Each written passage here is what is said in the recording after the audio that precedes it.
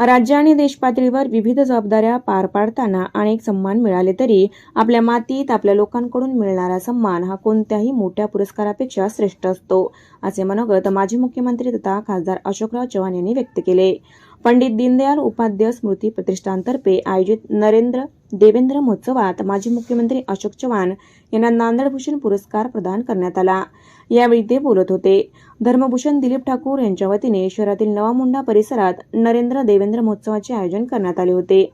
2 दिवसीय या महोत्सवादरम्यान विराट हास्यकवी संमेलनाचे आयोजन करण्यात आले होते.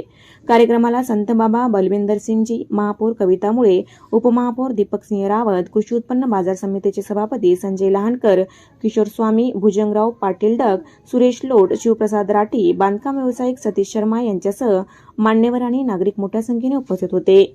निराधाराच्या जीवनात आनंद मिळावा यासाठी निस्वार्थ भावनेने कार्य करणारे धर्मभूषण ॲडव्होकेट दिलीप ठाकूर यांना आनंदाची बातमी मी लवकर देणार असल्याची ग्वाही अशोक चव्हाण यांनी दिली.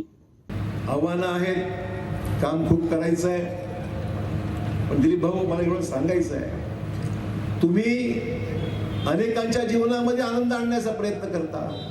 तुमच्याही जीवनामध्ये आनंद आणण्याची जबाबदारी अशोक चव्हाण यांनी स्वीकारलेली आहे.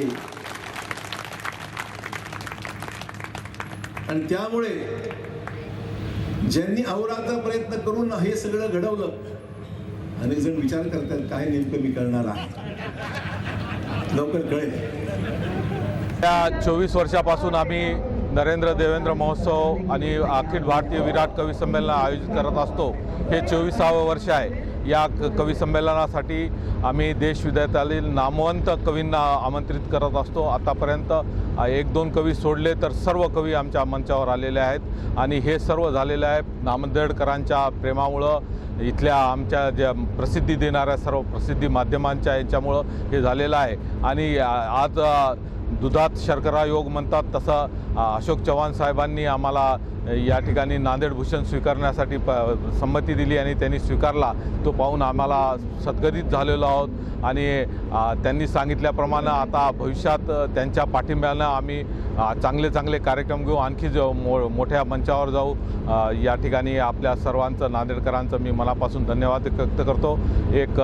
पुढची तुम्हाला सगळ्यांच्या वतीनं तुमच्यामार्फत मी नांदेडकरांना विनंती करतो की सगळ्यांचं लोकप्रिय असणारा महामूर्ख कवी संमेलन 2 मार्च रोजी होळीनिमित्त याच मैदानावर इथंच होणार आहे. आपण सगळ्यांनी यावं अशी नंदीकड, गोंद्या अशा अनेक नावाने नांदेड महाराष्ट्रात आणि देशात ओळखलं जातं. महाराष्ट्रात